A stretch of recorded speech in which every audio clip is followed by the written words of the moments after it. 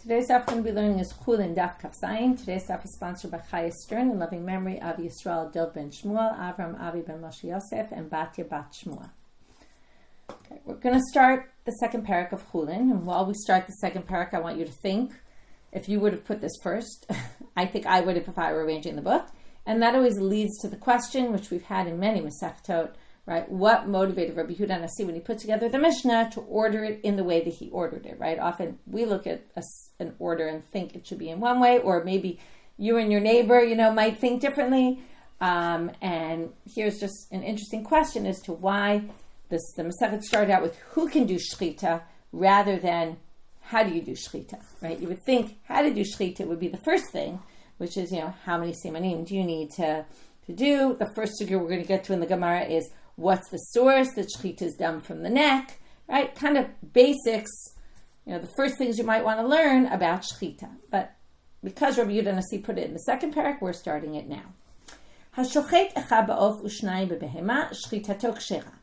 So if you slaughter one siman in a bird, two simanim in an animal, then your shechita is valid. Okay, this sentence already sounds very much like the first beginning of Chullin when we said, right, the shochet, right, it started with everyone can slaughter, and if they do, their slaughter is kshera. And the language of shechitato kshera, we said, is always a derived, post facto. Okay, this is a little strange. If this is post facto, right, one siman in an oaf and two in an animal, that doesn't sound like post facto. That sounds like the way it's supposed to be done ideally. So there's a little bit something complicated to understand in that line, and the Gemara's first question is going to be on that. Okay, next. Rubo shelachad kamohu. Well, even though you need one in oaf and two in an animal, if you do the majority of one, then it's as if you did a whole one. Okay, this is based on the principle rubo kikulo, which, by the way, I think I forgot to mention in class, so now it's good I'm mentioning it, which is din and daf of last week was specifically on this topic of rubo kikulo. Okay, today it's going to be on Torah and rabbinic law coming out from today's daf, which should be up later today. But if you haven't caught last week's, before this week's goes up, you can catch it all about this concept of why do we treat the majority of something as if it's the whole thing. Rabbi Yehuda Omer, ad sheyeshchot et havridin. He says you have to cut the veins, right, where the blood comes out of. Rashi says we're going to see this later on Daf Kafchet. Okay, Rashi's just quoting it here, so in case you didn't get yet to Kafchet, which is the idea here, number one, we're talking about in a bird, because a bird has a lot of extra blood there, and we don't want you eating the blood, so you have to cut the veins so that the blood comes out, all of it. Okay, you want to make sure to get all the blood out, but that doesn't have to do with the halacha of slaughtering. This is just while you're slaughtering, you have to make sure to do that, otherwise you're going to end up with extra blood that you might end up eating, which is forbidden. Okay, so that line is a little bit off to the side. Chatzi echad ba'of. Now they're going to kind of talk about something that I would think would be obvious, but they're spelling it out for you, which is chatzi echad ba'of, if you do exactly half a siman in a bird. Or echad v'chetzi bebeima, or you completely cut the windpipe, but the gullet you only cut halfway. Now remember, halfway is not rove yet. It's under rove, because it's exactly 50-50, right? 50% done, 50% not done. That's not going to work. Okay, shechitato psula. Rov echad ba'of, v'rov shnayim bebeima, shechitato kshera. But if you have the majority of one in the bird and the majority of both in the animal, this, by the way, is also showing that you can't have the majority altogether of both simanim. In other words, you can't say altogether I've done more than half. No, it has to be more than half of each siman. Okay, that's what they're basically stressing. Why they need to tell you again at the end of the Mishnah, rov echad ba'of, v'rov shnayim bebeima, when they already said you have to do one in an animal, two in an animal, one in a bird, and you can do the majority, so this line is a complete repeat, and obviously later the Gemara is going to say what was that extra line coming to tell us. Okay, Mishna is fairly simple other than the fact that we didn't really understand why the first line seemed to be b'di'evet, post facto, and that's what the Gemara is going to start with. Hashochet. So because it uses the language, the one who slaughters, like this, right, meaning one in a bird, two in an animal, shechitato kshera, his slaughter is valid. That's a language of b'di'evet. So di'evet in lechatchila lo, right, sounds like b'di'evet, this is good, but it's not good ab initio, this is not the ideal way to do it. Okay, wait a minute. Shnayim bebeima lechatchila lo, wait, cutting the windpipe and the gullet in an animal is not sufficient. If so, how much more do you need to do, right? What more is there to do to have shechita? That is shechita. That's obviously the ideal. So they're going to suggest two possibilities. Either it's referring to the first words, hashochet echad ba'of, one in a bird. Right? In a bird, there's two simanim. You could theoretically, ideally, maybe they're saying slaughter both.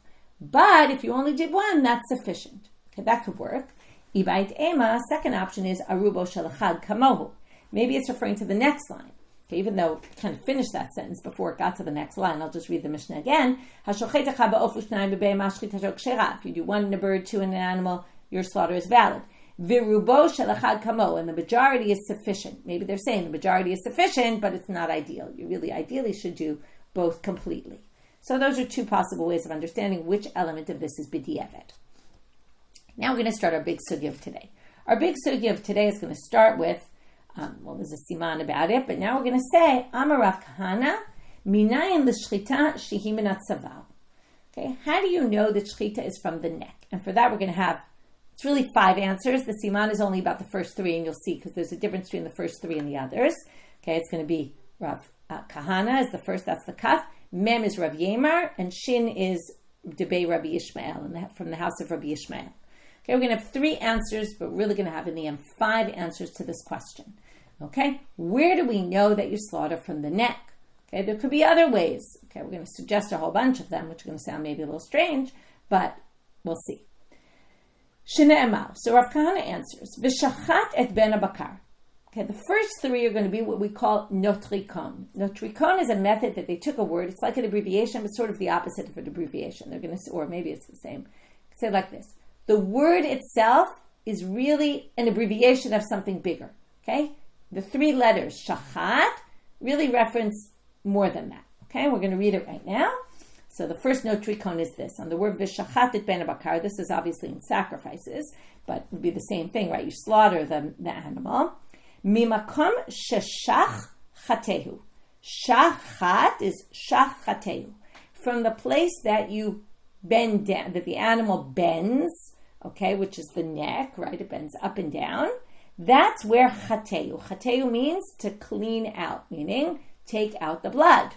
Okay, that's shachat. So, now the Gemara is going to have a slew of questions, and pay close attention to the way we're asking these questions, because we're going to do the exact same thing in the next 2 sections. We're going to each time have a notrikon, then ask these questions kind of very similarly. And there's minor differences, but it's kind of the same idea. Mimai dahai chatehu lishana dedakuyehu. How do you know that chatehu means to clean out? Dakuye is Dalet and Zayin switch in Aramaic. So dakuye is zakuye, zach, like Shem and Zayit, zach, clean. Okay, so how do you know that chatehu means to clean out?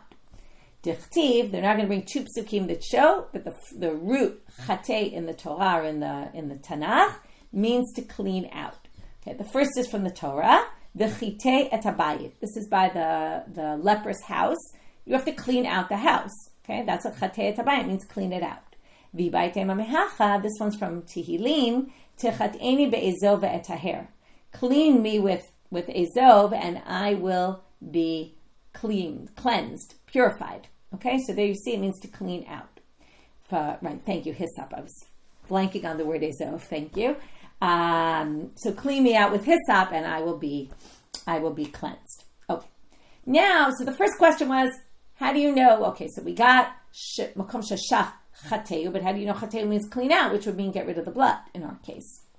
Now we want to know, okay, wait.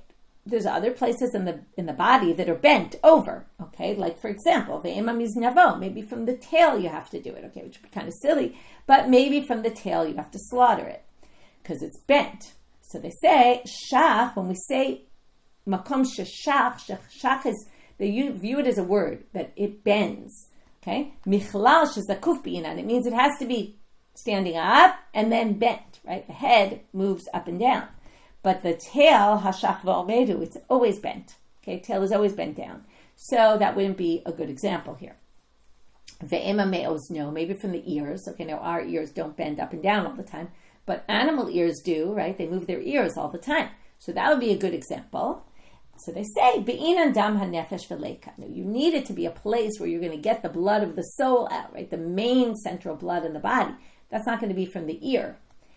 Well, ve'ema dekara va'azil ad dam hanefesh. Maybe you start at the ear, makom sheshach chateu. Start at the ear, go down the body until you get to the place where the blood of the body is going to come out. So that's actually a good question. And they stop there for a minute and they ask another question. And this question, I just point out, is a little hard to understand exactly how it works in here. And there's different variants of the text here also and what this is doing here. But we're going to go with Rashi, which explains it like this. V'tu, and furthermore, which is Rashi's girsa. Another question, okay, in other words, number one, we have a question, how do you know from the neck that that's the place that bends, you're going to slaughter it? How do you know specifically the neck and not the ear? And also, if you're going to say that that's the source for slaughtering from the neck, Shehia drasa chalada hagrama v'ikor minalan. Where do you see any sort of indicator in the psukim of the 5 disqualifications that we've learned about? It doesn't appear anywhere from this makom sheshach chateu. So the answer, and the reason why they're really asking that is because they want to get to this next line. Ela Gemara. How do we know Shia Drisa, Chalada, Hagrama, V'ikor, the 5 psulim of shechita? How do we know that those are disqualifications of shechita? It's not because it says so in the Torah. It's a tradition. Shechita v'natzavar nami Gemara. So then they say, forget this, right? Your source and all that. Shechita is really, the fact that we do it from the neck is a tradition. That's why we don't do it from the ear, okay? So now they say, okay, wait. If the whole thing of shechita from the neck is just a tradition, ukra lamai ata. So what do we need the v'shachat? Makom sheshach chateu. Why do we need that at all? Delo l'shavuya gistera. Because we want to tell you, you don't have to cut it completely, like chop off the head and break, right? Basically slice through the neck bone. Okay? It's to teach you don't have to do that. Shachat means makom sheshach, the place where it bends, which we know is the neck by tradition. So we don't really need the pasuk to teach you that. But chateu, clean it out, meaning get out the blood. That's it. You don't have to also break the neck bone. Okay? And that's what they're coming to. That's what the pasuk really adds. Okay, that was source number 1. Makom sheshach chateu, from the word v'shachat. Rav Yemar Amar kra v'zavachta. This is a different pasuk about slaughtering. V'zavachta. You slaughter. Now, we're going to do a notrikon on the word v'zavachta. Mimakom shezav chateu. Now, this is not chateu chetet. This is chet taf. It's a different word. Okay, which is going to mean to break.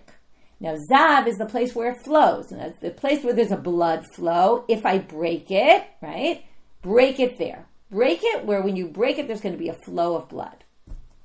You can see where this is going to go. I mean, it's not only here that you'll have a flow of blood, just like we asked before. It's not only in the neck that you're going to have, right, a place that bends that you can clean out, right? So same thing here.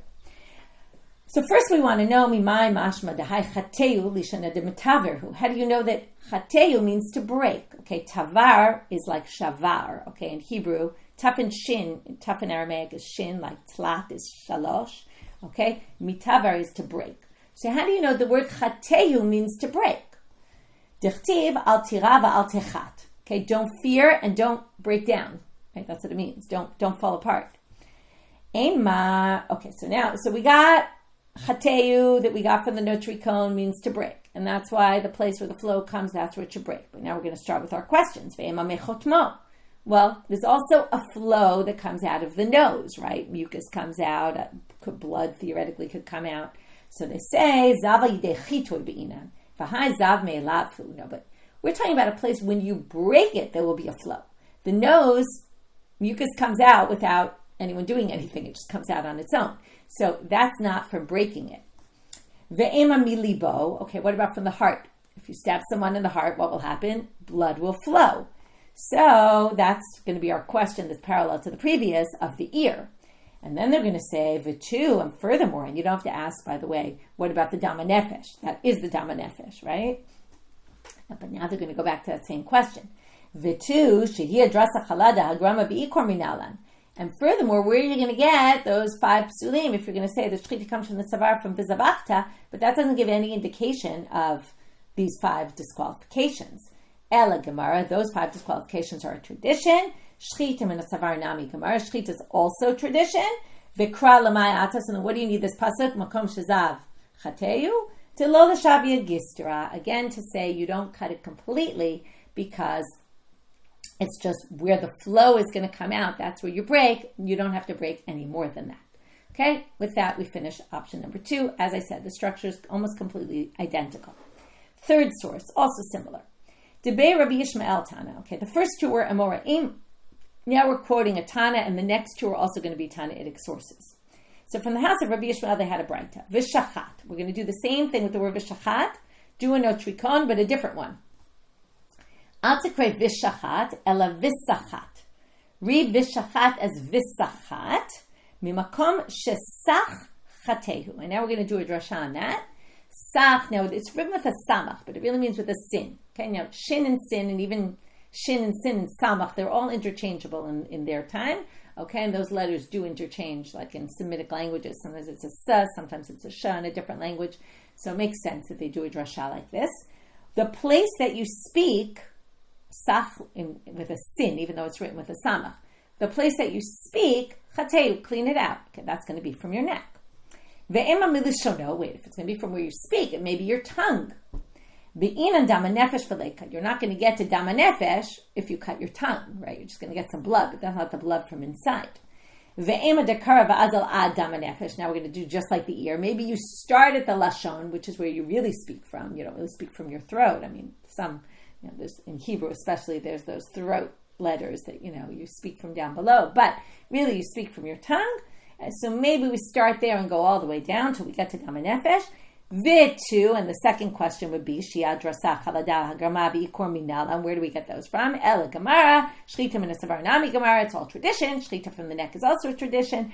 Ukra Lamayata. What's the point of the pasuk then? Dilo L'Shavia Gistra. Remember again, Makom Shesach Chateu. It's the same. Clean out, get rid of the blood. No more than that is necessary. Okay, those were our first 3 that are all in the same category because they're all the same type. They all use no trikon. Some of the word shachat, some of the word zavach. We have the same kind of questions, but that could lead to other things. Well, in the end, it's really a tradition. What's the pasuk for it to say? Well, that's all you need to do. You don't need to go any farther. Okay. Answer number 4. Tana maite lamehacha. Now, there was a Tana who brought it from the following Braita. Titania.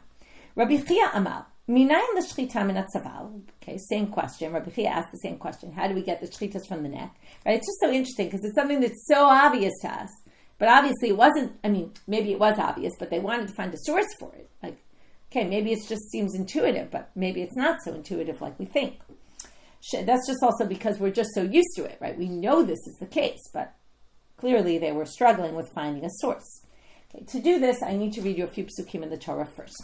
Okay, if you look in Vayikra, the first chapter, where it discusses a korban olah, and it talks about certain details of the korban olah. So it's split up into if you bring it from the cattle or if you bring it from the sheep family. So in the pasuk about the cattle, it says, you're supposed to shachat et ben bakar, okay, you slaughter the animal, that's the pasuk we darshan before. Then, okay, they take the blood, they sprinkle it on the altar. Then, hifshit et haolah v'nitach ota l'nitacheha. Then you're supposed to take this korban olah. Remember, the whole animal goes on the altar. So you're supposed to take off the hide of the animal and then cut it into pieces. And then you're supposed to take those pieces. Okay, so then it says they put fire on the altar, they put the wood on the fire, and then it says in pasuk chet, v'archu b'nei Aaron hakohanim et hanitachim. They put on the different pieces of the animal that were cut up into pieces, et harosh ve'et hapadel, and the head and the padir. The padir seems to be some fats of the animal. Okay, you put those also. Okay, that's one pasuk.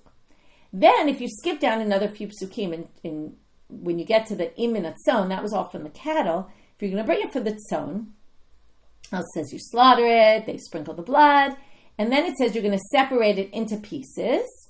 Et rosho ve'et pidro ve'arach hakohen otam al ha'itzim. And then it says, so you cut it into pieces, and the head and the fats, and then it says, and you put them on the altar.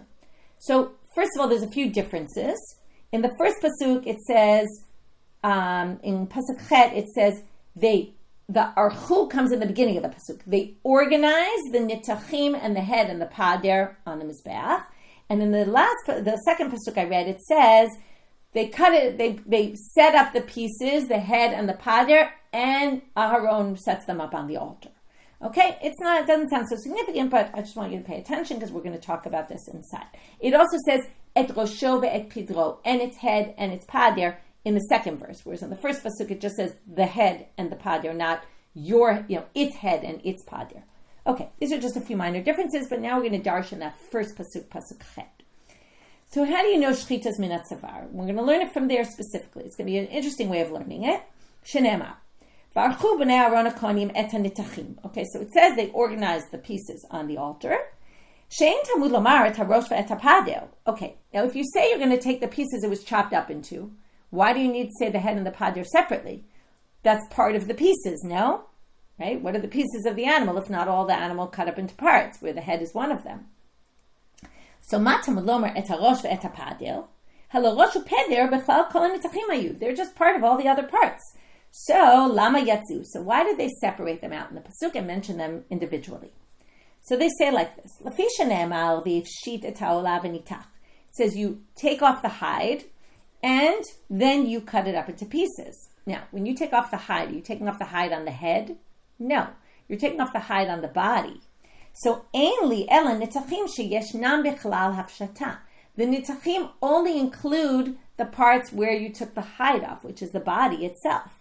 Minayin lerabot et harosh shekvar hutaz. So if you just said put the nitachim, it wouldn't have included the head.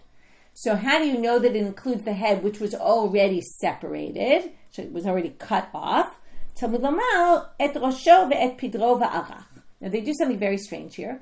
Instead of quoting et harosh ve'et hapader, which is what you would have thought, they actually quote, which is verse 8, they quote verse 12, et rosho ve'et pidro va'arach. Okay, later the Gemara is going to say it's just a mistake. Okay, that's not the way to read it. It should really be pasuk chet. But let's just leave it for right now. So either which way they quote, that's why the head and the pader are separated. And it doesn't really answer why the pader is separated. This really only answers why the head is separated. But we'll get back to that as well. So now they say, okay, well, basically what they're setting up is this situation that the head gets separated and then you take the hide off the rest of it and cut it into pieces, and then you end up with the head separate, the pieces separate, and they wanted to make sure that if you said nitachim, you also included the head, and that's why they put the head there. What do you get from this? Okay,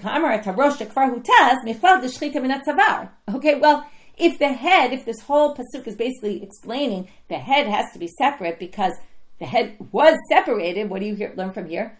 The head was obviously separate. The head was separated, and how was the animal killed? Not by cutting it in any other way, but by taking off the head. So it becomes clear that the shechita minat savar. It's a very backhanded way of getting there. But they say it's just obvious from this pasuk, from the extra word there, that the head was already separated before they did the hafshata, which means that's how they killed the animal. Okay, now we have to deal with a few of the questions that I raised. So first, okay, and then we're getting on a complete tangent off of this just to understand this bright, and then we're going to come back and have answer number 5, our final answer. Vitana patach beroshu peder u'mesayin beroshu pidro. Okay, the Breita started off and said we're going to learn this off from the words et harosh ve'et hapader, and instead they end up quoting et rosho ve'et pidro instead of pasuk 8. They're learning it from pasuk 12.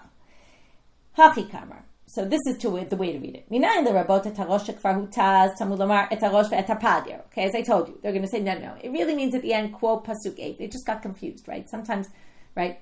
When things get passed down and there's a rosh ve'et hapader pasuk and there's rosh ve'et pidro and they just accidentally quoted the wrong pasuk. So, but now we have a few other questions. Rosh ve'et pidro lamali. So why do you need the rosh ve'et pidro and that's later pasuk? As kind of the same question. They need it for something else. How do we know that those go first on the altar before everything else? Because it says the word ve'arach, as I told you, remember in the first pasuk it's ve'arach et nitachim et harosh ve'et hapader. In the later pasuk it says the nitachim, the rosh, and the pader ve'arach, and then it says right, take those and arach. And the word arach is right next to the rosho and pidro. From there they learn that these are the first parts that go on the altar. Okay, turning now to Amud Bet. There's one more thing we have to deal with here, which is peder kama de katav rachman alamali. What's the first peder coming for? Rosho. Okay, rosho and pidro we get. Put them on the altar first. The rosh and the pader. They have to go on the altar first. But in the first pasuk, where we said this is all coming to teach you that there's shechita minat saval, from the neck because the rosh was separated, and that's why it's designated separately in that pasuk. Why is pad there in that pasuk? So they say, we need it for a different braita. Ketzad will say, what do you do when you're going to put it on the altar, the head? Now the head has basically this open neck area where there was a lot of blood that came out.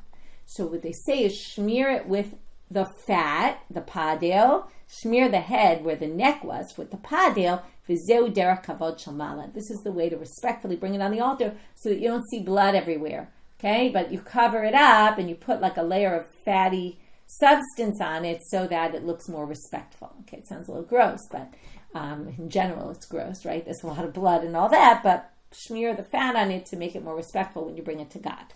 Okay, with that we finished. That was all some tangents off of understanding that braita. So that was answer 4. Answer 4 was, from here it's pretty clear, they separated the head. From there you learn shechita from the neck. Okay, v'hai tana ma'ita lemehacha. Final answer. Okay, Ditanya. Zot Torah tabeima va'of v'chol nefesh hachaya romeset b'mayim v'chol nefesh hasharetzet ala haaretz. Okay, this is Vayikra Yud Aleph pasuk Tevav. Okay, this is in the section about kashrut. Okay, just one second. Yud Aleph Tevav, right, and then they're going to list all the kosher animals. No, it's not Tevav. What is it? Oh, sorry. Vayikra Yud Aleph Memvav. Okay, sorry. It's at the end of the section. Okay, Vayikra Aleph Mem Vav. Okay, it's at the very end of the section of the kashrut.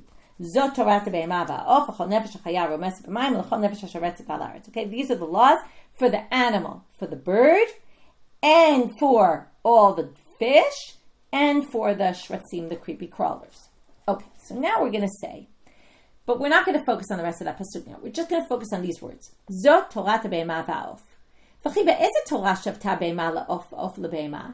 How are birds and animals similar, right? Sounds like there's ways that they're similar. And the Braita is going to start off in saying there's a lot of ways they're different. Okay? So for example, how do you become impure from a dead animal? By touching it or by carrying it. A bird is not mitame in that way. Okay, we're going to see in a second how you're mitame from a dead bird. When it's in your mouth, then it's mitame the person and their clothes, what they're wearing. And but that is not the way a dead animal passes on impurity. So basically they're saying there's a lot of ways they're different. So back to the question. For the answer to this question, we're going to have 2 answers in the Braita. Now, later, since we brought this up, we're going to actually bring a different Braita that brings a 3rd explanation of how to read this pasuk. But right now, we're going to have 2 answers. The first answer doesn't have anything to do with our question. Only the second answer in this Braita is going to answer our question as what's the 5th source for shechita from the neck. So just remember that in terms of the structure. The first one isn't connected, but what it is doing is explaining how do we read this pasuk and in what way are animals and birds similar. Lomar lecha. This is to teach you, according to the first opinion here. Ma behema b'shchita, af of b'shchita. This is a question we're going to see soon, later on the daf also. Is slaughtering a bird by Torah law? Never says you have to slaughter a bird. So this pasuk is coming to teach you, yes, you do have to slaughter a bird by Torah law. Ma behema b'shchita, af of b'shchita. Just like an animal is slaughtered, also a bird is slaughtered. What this drasha is doing is it's saying what's true for an animal is true for the bird as well. So then they say, wait a minute, if you're going to compare them in the area of slaughtering, wouldn't you say they're completely the same? Ima lahalan birrov shnayim, you have to do the majority of both simanim. Avkan birrov shnayim, so wouldn't you say that about the animal as well? Talmud lomar zot. Okay, what this Rashan, the next one is going to do is say, on the one hand, they're similar from Be'ema ve'of, for the same Torah. This is the rules for Be'ema and Of, but there's also a difference between them. Okay, Zot comes to say, well, there's one area where they're not the same. Zot is a limitation word. So the first one says we're going to learn from animal to bird that birds need to be slaughtered by Torah law. Second explanation, which is the one we're looking for, here we're going to learn shechita on the neck. Rabbi Eliezer Omer, Be'ezo Torah shavta be'ema la'of va'of le'be'ema. In what way are they similar? Lomar lecha ma'of. Okay, I just want to point out before we continue, instead of saying we're going to learn from animals to birds, this one goes the reverse. We're going to learn from birds to animals. Ma'of hechshero min hatzavar. So just like a bird, Where do you slaughter it? On its neck. Now, how do you know? You know this from malika. Malika is the way you slaughter birds in the temple. It's not the same kind of slaughter. It's where the Kohen takes his finger, right, breaks the backbone, gets through from there, right, we have the whole thing about moving the simanim backwards. That we know from the Torah, it says mimul or po in the back of the neck. So just like we know that the way to do malika for a bird, again, this isn't outside the temple, but it's in the temple, is from the neck, af be'emach she'ra tzavar, and that's the source. Okay? We're comparing the birds to the animals. The animals to the birds. Okay? Just like the birds, shechita is from the neck, malika is from the neck. Likewise, in birds, it's going to be from the neck. Now, imalahalan mimul oref, but wait, that's the back of the neck. Afkan mimul oref, maybe the animal should be slaughtered from the back of the neck, and we know that's not the case. Talmud lamal umalaket rosho. Remember, you do malika on its head. That teaches you just its head does malika, mimul or po, v'lo yavdil. Okay, so malaket rosho in the back of its neck. This person's head gets slaughtered in the back of its neck. Rosho shel zeh mul oref. Ve'em rosho shel acher mimul oref. But you're not going to do anyone else. Nothing else is going to be slaughtered from the back of its neck. Okay, so from there we learn shechita from the neck. One last question of Rabbi Eliezer. Rabbi Eliezer, what does he do with the word zot then? Remember, what did we learn in the previous? We compared zot Torah to be'emavav. They're the same, but there's some way they're different because it says zot. So what's he going to do? Ilav zot. Now he's going to do the exact same thing as the previous, but in the reverse. Meaning, in the reverse, in the previous one, we said we're learning from the animal. So just like the animal's 2 simanim, maybe the bird would be 2 simanim. No, zot comes to say the animal's only 1 siman. Now, since we're starting with the bird, we're going to say, Hava amina, I would have, ilav zot, if it weren't for zot, Hava amina, I would have thought, ma of b'siman echad, af be'ema b'siman echad. Just like the of only needs 1 siman, also the animal only needs 1 siman. Katav rachman zot, to say they're different, and the animal needs 2 simanim. Okay, and from there, either which way we got to, there's a difference, though, in how you slaughter it, okay? But in the beginning, right, we compare it. So in the first drasha was that we need, that birds need slaughtering in general. And then the second one is that animals are slaughtered from the neck, which was what we were looking for. But since we got onto this, we're going to get off on a tangent and see another drasha in a different braita. So we now have 2 drashot so far in Zot Torah Be'ema Va'of. Now we're going to have a third. Tani Bar Kapara. Zot Torah Be'ema Va'of. And actually it's going to teach the same thing as before, but in a different way. That until now we said one of the things we learned of the zot is that there's a difference in how many simanim between a be'emava and an oaf. They're going to learn that from this pasuk, though, in a different manner. Zot Torah be'emava oaf, hitila katuv la'of bein behema l'dagim. Well, that's why I read you the pasuk in the beginning. The order is, okay, we're only going to talk about the first 3. Forget about the shratzim, they're not important. But the order here is animal, bird, fish. So there's going to be a hierarchy here. Okay? So oaf is right in between animal and fish. Now you can't say the bird gets 2 simanim, you have to cut both. Because it's right next to the fish, and the fish we don't need to slaughter at all. But you can't say it doesn't need slaughtering at all because because it's right next to it, right? And the point is it's stuck smack in the middle of 2 simanim, no simanim. So we can't say, right, you can see where this is going. We can't say none because it's near the one that says 2. We can't say 2 because it's next to the one that says none. So ha-ketzad, how does it work? Okay, so from there we learn only 1 siman. Now they took it as a given that fish don't need slaughtering. So now the Gemara wants to know what's the source for that. Where do we get that fish don't need slaughtering? Okay, this is from our parsha. Okay, this, well, depends where you're living, but in Israel, it's this week's parsha, Ba'alotcha. Okay, when they complain that they don't have meat, and the whole story with the Slav. So it says there, Moshe says, what? They're going to, have all this meat to slaughter, and the fish are going to, right? They're going to have what? You're going to bring all this stuff from out of nowhere? Okay, now what does it say? The tzon and bakar will be slaughtered.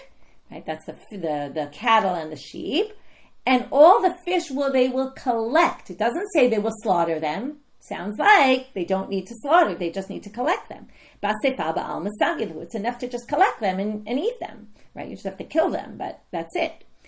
Well, elame'ata, if you're going to say ye'asef means without slaughtering, we're going to have a problem. Because then it talks about the slav. The slav is a quail, a type of bird. Now, elame'ata gabe slav dichtiv, there's a pasuk there which says ve'ye'asfu et haslav. They collected the slav. If you say collecting means collecting and eating without slaughtering, what? Hachinami de la b'shchita, what, they didn't slaughter the birds? No way, no how. Of course you have to slaughter birds. V'ha'amar, didn't you just say, okay, if you didn't believe me, didn't you just say, l'patro b'lo klumi efshal, shekvar ukash l'be'ema, you can't not slaughter it. So they say, no, we're going to differentiate between the asefah dagim and the asefah of the slav because of where they are in the psukim. Hadam loktiv asefah b'mkom shchita da'achrine. The first pasuk juxtaposed slaughtering animals, collecting fish. That means collecting without slaughtering. Otherwise, it would have used a word of slaughtering. In the pasuk about the slav, it just said they went out and they collected the slav. It didn't mean they collected them and ate them. There's no comparative word of, and this was slaughtered and that was collected. So there, in other words, in the pasuk of the slav, lo ktiva asefah b'mkom shchita da'achrine. There's no other slaughter mentioned in the verse there. But in the verse about the fish, it specifically said asefah as opposed to shechita. And that's where we learn, very interesting spot to learn, that fish don't need slaughtering. Okay, so this is why I said this would have been a great place to start the Masechet. What needs slaughtering? What doesn't need slaughtering? How much slaughtering? Is shechita of oath from the Torah or not from the Torah? Okay, there's a whole there's a shir about it by Mirav Tubal-Khan on the Hebrew side of our side about the whole machloket, which we're going to get into starting at the end of the daf about the other opinions. Is shechita from the Torah? Is it not from the Torah of a bird? Okay, it's a very interesting topic, and I think Alana Steinhain's shir, it hasn't come in yet, but it's going to come in soon. It's about rabbinic and Torah law, and I think it's specifically about birds, but I'm not sure. So we'll see later today when it comes in. Okay. Tov. Darash over glilai. Well, now that we mentioned this issue of bird, of the simanim, animal, bird, fish, 2, 1, nothing. Okay. Now we're going to have a different source. So we just saw the source in Zot Torah Be'ema Va'of and the Dagim and the order in the Psukim. Now Over Haglili is going to explain it in a different way. Darash Over Haglili Behema Shenivret Minei Yabasha Hechshera B'Shnei Simanim. The animals that were created from the land, okay, that comes up in Breshit. It basically says, okay, in Breshit, one of the Psukim, we're going to read the other one soon, but one of them is in Breshit, Parak Aleph, Pasuk Kaf Dalid, Vayomer Elohim, Totzei Haaretz Nefesh Chaya Lemina. The land will take out animals. Okay, it'll come from the land. We're going to basically say the difference between the way you need to slaughter them has to do with the way they were created. Okay, and some people explain what the connection is. If they're created from the land, they're stronger. You need to slaughter more. If they're created from the water, less. Okay, that's the idea. Okay, they're less strong. There's less that needs to be done to kill them or something like that. But I don't know. There's all different ways of explaining the significance. But the idea is that instead of learning it from the order in that pasuk, they're learning it from the way they were created. So the animal was created from the yabasha, from the land, so it needs 2 simanim. Dagim shenivru min hamayim, on the other hand, we have at the other extreme, the fish that were created from the water. Hechsheram b'velo klum, they don't need anything. Of shenivra min harakak, now rakak is like a muddy puddle, okay? Something like that. So, and then I say something like that because different opinions exactly what it is, but the main thing is something kind of in between. Hechshero b'siman echad, so it's only from one siman. Amar Rav Shmuel, kapot ka'a, teda, sharei ofot, yesh lam kaskeset beraglehem kedagim. Okay, this sounds like a bit like evolution. Okay, birds have scales on their feet like fish. In other words, there's this similarity, They're kind of stuck in between the fish and the animals. Okay. Now they're going to say va'od sha'alu. Now this is va'od sha'alu. There wasn't a question before, so what are we talking about? Well, what they're referring to, it seems to be, the commentaries think that there was these big discussions between a Roman hegemon, which is a leader, compared to, asked to Rabban Gamliel, or some people say Rabban Yochanan ben Zakkai. And basically it's one of these questions of attacking the Jewish people. Look, there's a contradiction in your Torah. So we'll see the connection in a minute. Katuv echad omer, vayomer yishritzu hamayim sheretz nefesh chaya va'of ya'ofef. Okay, the yishritzu hamayim sheretz nefesh chaya va'of ya'ofef. In other words, the birds came from where? The water. Alma mimai evru, they were created from the water. Uchtiv vayatzer Hashem Elohim min adama kol chayat hasadeh ve'et kol of hashamayim. Now, what does that pasuk say? God created from the land all the animals and all the birds. That sounds like they were created from the land. Now, I'll just point out that pasuk is really leading to the end of that pasuk. It's in chapter 2 of the creation story. And it says, and then after God created them, he brought them to Adam, and Adam called them by name. Okay, that's the gist of that pasuk. It's important also for the continuation and also just important to know. So one pasuk says that birds were created from the water. One pasuk says they were created from the land. So there's a contradiction in your Torah. Amar lo, again, whether it's Rabban Gamliel or Rabbi Yochanan Metzakeh, answers mina rakak nivru. Now you see why they're bringing this. They wanted to, how did we get that the birds came from the rakak? Because it's both from the land and from the water. Ra'at hamidav mistaklim zeh bazeh. The students heard his answer and were, what? What are you talking about? Amar lahem kashe be'inechem shedachiti et oivai bekash. Is it hard in your eyes that I gave him a straw, meaning I gave him a ridiculous answer? Okay, now this happens a lot in these stories. We've had it before, where sometimes they just answer the enemy in a silly way. Like, they just kind of brush them off, like, I don't really care about your question. I'm answering in a kind of ridiculous manner, which basically means that this rakak is not true, that we just said before. Okay, this over glilai, apparently, right, this wasn't true. Mina shamayim nivru. Really, they were, mina mayim nivru. They were really created from the water exclusively. V'lama hivi'ana la'adam likol lahem shem. And that pasuk, when it says, he brought the animals, right, it says God created the animal from the land, he created the animals, and the birds, and brought them to Adam HaRishon. So you can read that as God created from the land the animals, period, kind of thing. And the birds, he brought with the animals to Adam to call them by name, but not that the birds were created from the land. Okay, I didn't answer him that, but that's the real answer. And then there is no rakak thing here. But some people say it was switched. That the answer he gave to the ridiculous answer was the second one we just said, and the real answer was the rakak. And that actually puts back over Haglili's answer. Okay, I'm a Rav Yehuda. Now we're going to end our sugya with this. We're going to start this big sugya about, is there shechita from the Torah or not? So we now quote, I'm a Rav Yehuda, and until now we saw Zot HaTorah L'Be'ema Va'of is saying also oaf needs slaughtering from the Torah. It's found in that pasuk. But now we're going to quote, Rabbi Yehuda quotes Rabbi Yitzchak ben Pinchas, Ein shechita la'of min Torah. There is no source for a bird being slaughtered in the Torah. Shene'emar v'shafach b'shvicha ba'al masagi. Okay, he's quoting a completely different pasuk. We're going to learn all about this in the Perek Kisuy Adam, about covering the blood after you slaughter. It says, Ish mibnei Israel, from the Jewish people, it's in Vayikra Yud Zayin Yud Gimel, Asher Yatzud Tzai Chaya O Of, if you hunt either chayot, undomesticated animals, or birds. Okay, this isn't relevant for behemot, like sheep, cattle, not relevant. Okay, but chayot, like deer and those kind of animals, or of birds.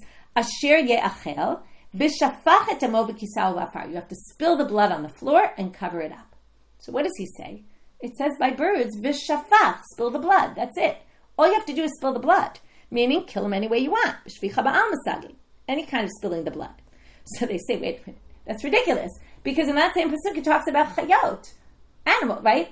Deer, those kind of animals. Ihachi chayanami. What, you're going to say deer don't need slaughtering? Of course they do. Itakash l'psulei mukdashim. Now there's a different pasuk that says, if you have an animal for a sacrifice and it gets ruined, you can slaughter it and eat it like you do with undomesticated animals, which can't be brought as korbanot. So once it says that, it's obviously saying those have to be slaughtered as well. Okay, so that's where we learned. So from this pasuk alone, maybe you would have said it, but there's a different pasuk that says no. Of nami takash lebeima dechtiv zot Torah lebeima va'of. What about our previous drasha? But a bird is just like animals, and for shechita. No, shadya achaya. No, they're going to. I'm sorry, I just read the wrong thing.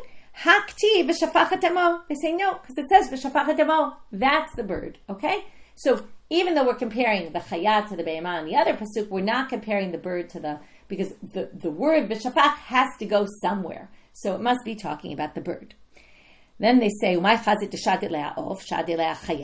you just say then it's talking about the oaf and not the chaya? Maybe it's talking about the chaya, not the oaf that can be done with just spilling the blood. Well, if you look at the pasuk, the word v'shafach is closest to the bird. So therefore it says chaya of v'shafach. So because it's closest to of, we're going to connect it with the of and not with the chaya. Okay, now, so we basically establish from kisuy hadam, I'm only going to relate it to the bird because of that other pasuk comparing animals to chayot.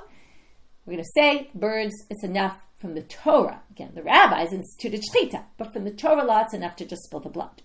Meitive, difficulty. First difficulty, we're going to have a whole bunch. We'll start with this and then we'll finish here.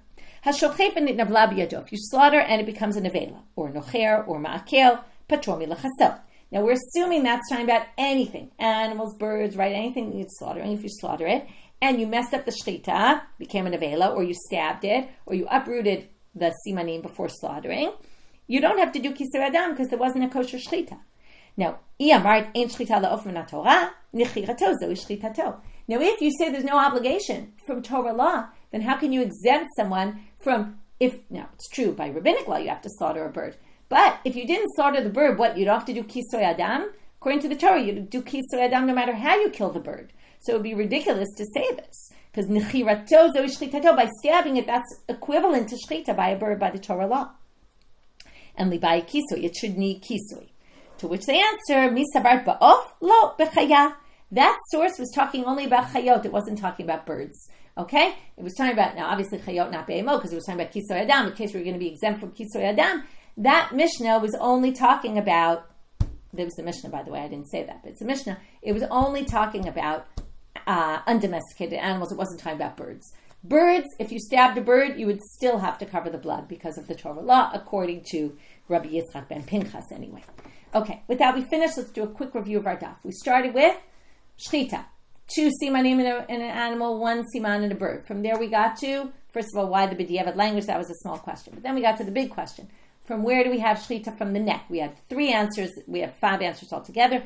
3 connected it with this notrikon of v'shachat or v'zavach, 2 different notrikonim of v'shachat. And then, questions of them in the end, kind of it's a masorah, but the pasuk is teaching you it doesn't have to be complete. Then we had 2 more answers, one from the rosh and the padir, really from the rosh, that the rosh, it's clear it was separated first. And then the last one was Zot Torah B'Ema Va'of, and from there we got off on 3 different readings of that pasuk, one of them being our source, that the off is from the neck, the shechita is also from the neck, but from there we got to also how many simanim in a bird and an animal. What's the source for that? Either Zot Torah B'Ema Va'of, right, where we said it's between there and dagim, or from the way they were created, right, and that led us to the next part. And from there we got to, really was from the rakak. We saw 2 different approaches to it, okay, and then we had this last source about shechita is not from the Torah law, according to, right, so we have a debate on this page, is shechita from a bird by Torah law, or can you just kill it without sacrificing it? Without slaughtering it. And that was Rabbi Yitzchak ben Pinchas, who we're going to have a slew of questions on this opinion. Is it really only rabbinic? And with that, we finished for today. Wishing everyone a good day.